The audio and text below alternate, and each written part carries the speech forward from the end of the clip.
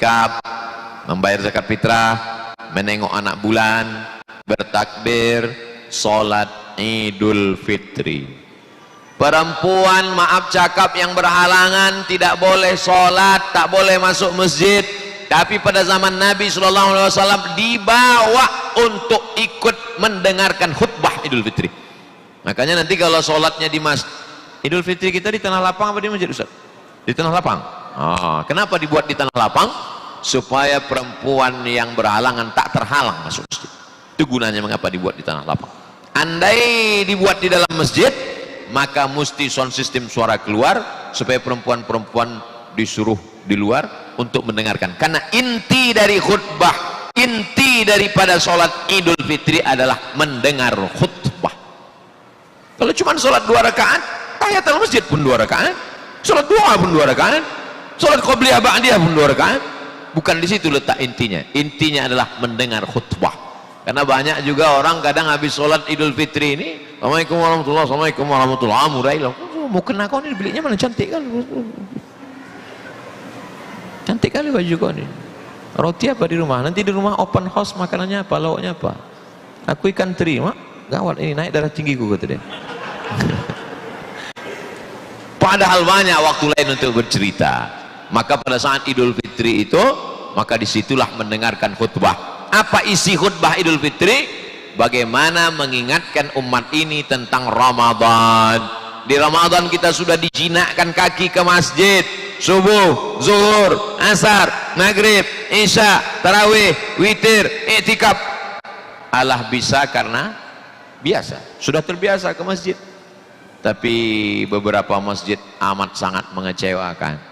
30 malam dijinakkan dalam masjid, begitu selesai malam pertama Idul Fitri, malam kedua tinggal pemain inti, pemain cadangan hilang, pemain naturalisasi balik ke klub asli.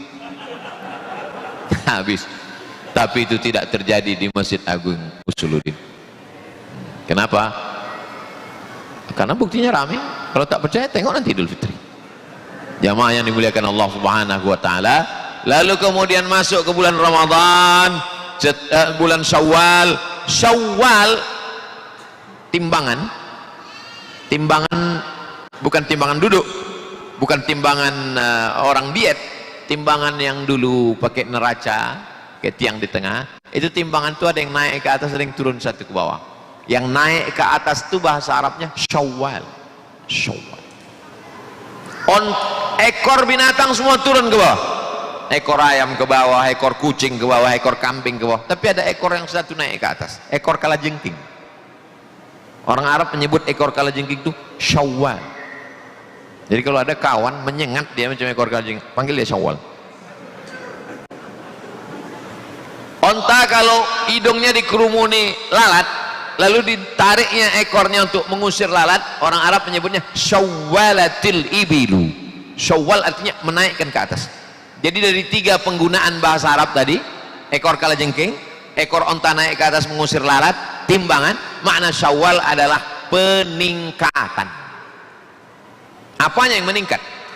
Alhamdulillah Pak Ustadz, saya meningkat 3, iman meningkat, lagi baca Quran meningkat, lagi zikir meningkat. Alhamdulillah. Kalau saya Pak Ustadz, kolesterol meningkat, gula darah meningkat, asam urat yang agak turun ke kaki Pak Ustadz. Ustadz ini menyindir, saya cerita tentang diri saya, cuman jamaah tersinggung. Jamaah yang dimuliakan Allah Subhanahu wa taala, kalau ada peningkatan ini terjadi, layaklah kita menyebut 1 Syawal.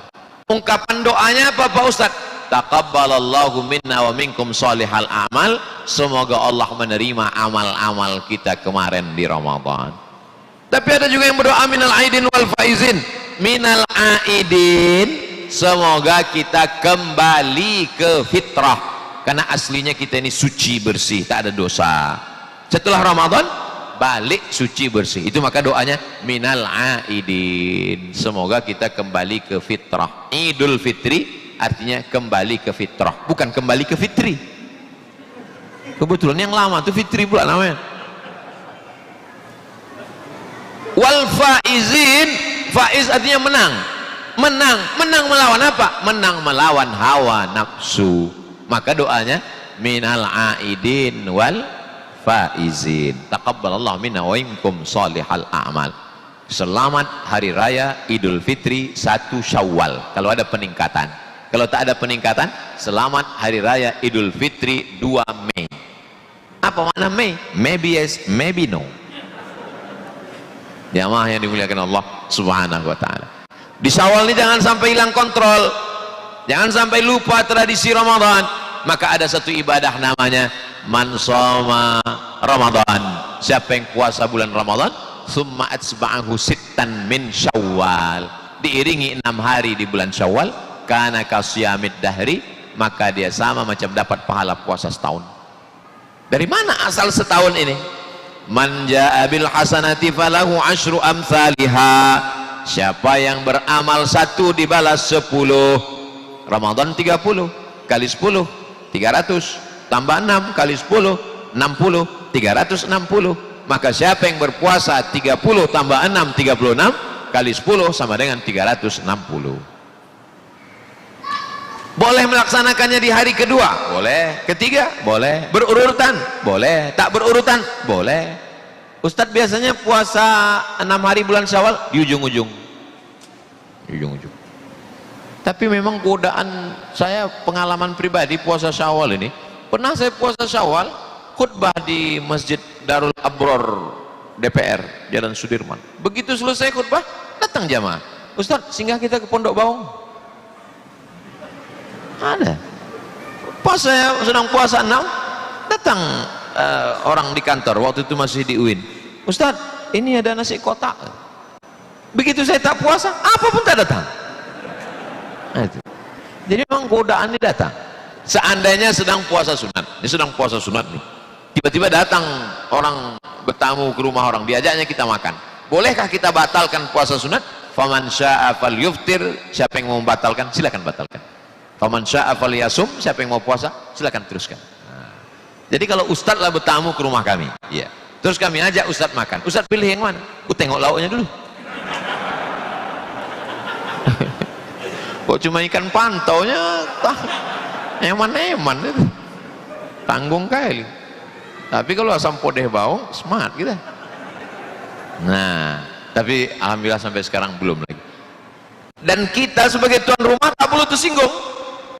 Kau tak makan, aku sedang puasa. Alah, baru tobat kemarin, sama-sama mabuknya kita. Apa kita tersinggung? Kalau saya ada tamu datang ke rumah tak mau dia minum, bagus, tak habis gulaku. Nah ini kalau orang ngajinya sama, insya Allah tak tersinggung. Tapi kalau dia, nah ini so alim lah kata dia, inilah ini. Jadi kita insya Allah mengerti dasar hukum. Jadi kita sama orang itu bukan like and dislike. Kalau kita sudah like, salah pun dia jadi like. Kalau kita udah dislike, betul pun dia jadi salah. Hubungan kita adalah hubungan tahu hukumnya. Oh, kata Ustadz kemarin boleh dia meneruskan puasanya, apa pula salahnya? Nah, ini tentang masalah puasa 6. Pak Ustadz kami masih ada utang 7 hari kemarin tinggal, kata ibu-ibu. Ya. Terus kami ganti dulu 7 hari ini atau kami langsung puasa 6? Ganti dulu 7 hari. Karena tak ada puasa Ramadan 23 hari. Kan kata Nabi man shoma Ramadan, genap berarti puasa Ramadannya. Kalau gitu ganti dulu yang 7. Ganti 7, ya. Habis itu baru puasa 6, ya. 7 tambah 6, 13. Habislah kue raya Pak Ustaz. Yang afdolnya 7 tambah 6, afdol.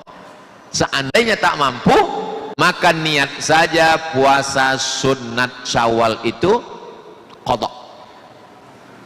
Perempuan yang mengganti puasa qadha di bulan Syawal, niatnya qadha, otomatis dapat pahala puasa sunat. Kata Imam Zakaria Al-Ansari dari kalangan mazhab Syafi'i, dikutip oleh Syekh Atiyah Soqar, Mufti Al-Azhar, dalam kitab Fatawa Al-Azhar. Niatnya qadha, otomatis dapat pahala puasa sunat. Dilaksanakannya hari Senin di bulan Syawal. Niatnya qadha, dapat 3. Qadhanya lunas, puasa Syawalnya dapat, puasa Seninnya dapat. Sekali dayung 2-3 hari letihnya tak hilang-hilang. Jadi ini keringanan, kemudahan. Kenapa Kenapa tadi Ustaz bilang yang 7 hari itu ibu-ibu? Karena ibu yang tinggal 7 hari karena maaf cakap haid.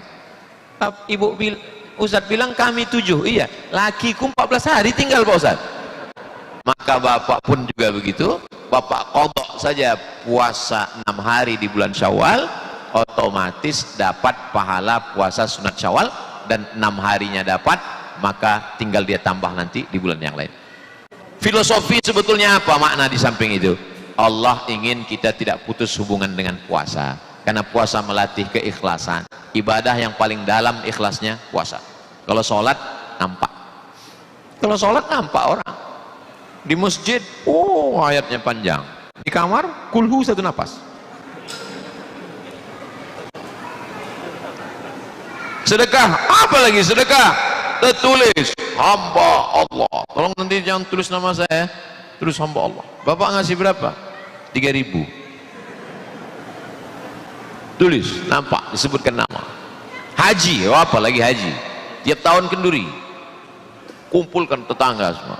Doakan saya berangkat. Rencana tanggal berapa berangkat Pak? Tahun 2035. Kenduri sekarang. Pas 2034 mati. Tahu semua orang kampung akan berangkat haji, tapi puasa tak ada yang tahu.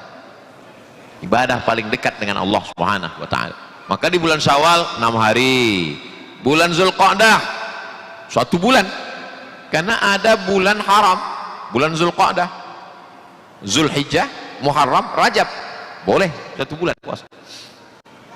Bulan Zulhijjah hanya ada beberapa hari tak boleh puasa, 10, 11, 12, 13 hari nahar, hari tasyrik. Lalu kemudian bulan Muharram, bulan haram. Bulan Safar paling tidak 3 hari, 13, 14, 15. Kalau cuma 3 hari saya tanggup lebih banyak Pak Ustaz, 8 hari, Senin Kamis, Senin Kamis, Senin Kamis, Senin Kamis. Saya sanggup lebih dari 8 hari Pak Ustaz, 15 hari. Puasa Nabi Daud, yasumu yauman wa yuftiru yauman. Kenapa puasa Nabi Daud? Kenapa bukan puasa Nabi Musa? Kenapa bukan puasa Nabi Isa? Kenapa puasa Nabi Daud? Karena Nabi Daud bininya 100. Puasa sunatnya 15 hari dalam sebulan. Malu orang yang bini 1. Jumpa Nabi Daud, kau puasa? Ramadan pun tinggal. Nabi Daud alaihissalam. Orang barat menyebutnya King David, Raja David. Dalam Al-Quran disebut Daud. Anaknya juga jadi raja, namanya King Solomon. Kita menyebutnya Sulaiman. Ada pula yang mengatakan kerajaan Sulaiman sampai ke Yogyakarta, Sleman. Jamaah yang dimuliakan Allah Subhanahu wa taala. Tadi saya mulai tausiah jam 21.20, sekarang jam 22.20. Pas 1 jam kita bersama, sesuai tertulis di botol 600 ml. Rasanya semua ibadah-ibadah sudah saya jelaskan. I'tikaf, melihat anak bulan, takbir, bayar zakat fitrah, sholat Id, dan puasa 6.